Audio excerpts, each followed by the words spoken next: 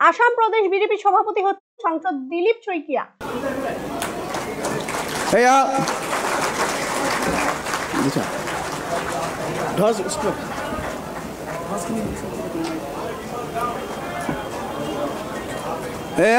মাননীয় দিলীপ শইকীয়া ডাঙৰীয়া, ভাৰতীয় জনতা পাৰ্টিৰ প্ৰাক্তন যুৱ মৰ্চাৰ ৰাজ্যিক সভাপতি, প্ৰাক্তন ৰাষ্ট্ৰীয় সাধাৰণ সম্পাদক, সন্মানীয় সাংসদ, যিয়ে একদম তৃণমূল পৰ্যায়ৰ পৰা আহি পেলাই আজি ৰাজ্যিকৰ সৰ্বোচ্চ পদত অধিষ্ঠিত হৈছে মাননীয় দিলীপ শইকীয়া ডাঙৰীয়া, মাননীয় ভৱেশ কলিতা ডাঙৰীয়া, মাননীয় মুখ্যমন্ত্ৰী মহোদয়,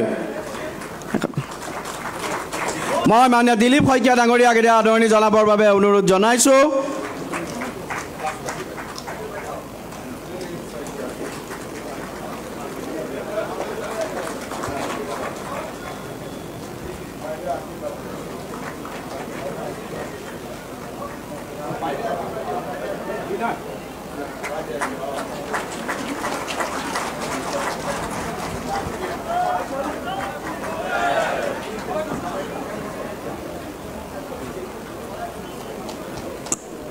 মাননীয় ৰাষ্ট্ৰীয় ৰাজ্যিক নেতৃত্বই মাননীয় দিলীপ শইকীয়া ডাঙৰীয়াক আদৰণি জনাইছে।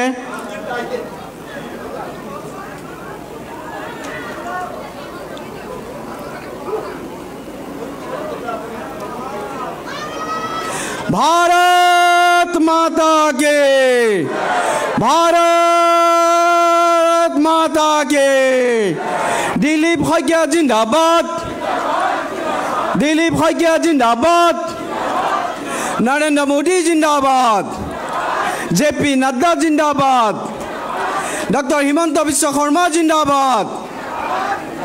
এয়া মাননীয় ৰাজ্যিক সভা, মাননীয় ভৱেশ কলিতা ডাঙৰীয়াই মাননীয় ৰাজ্যিক সভাপতি শ্ৰীযুত দিলীপ শইকীয়া ডাঙৰীয়াক এই আনুষ্ঠানিকভাৱে ভাৰতীয় জনতা পাৰ্টিৰ এই যি পতাকা, এই পতাকা আমাৰ ত্যাগৰ প্ৰতীক, এই পতাকা তেখেতক হস্তান্তৰ কৰিছে। সকলোকে এটা বিশাল হাত চাপৰে। নিউজটি লাইক, কমেন্ট এবং শেয়ার করে অবশ্যই ভুলবেন না। সাথে সাথে নর্থ ইস্ট আপডেটের ফেসবুক পেজটিকেও লাইক করবেন এবং নর্থ ইস্ট আপডেটের ইউটিউব পেজটিকে সাবস্ক্রাইব করা ভুলবেন না। দেখতে থাকুন নর্থ ইস্ট আপডেট, নির্ভীক, নিরপেক্ষ, নিরন্তর।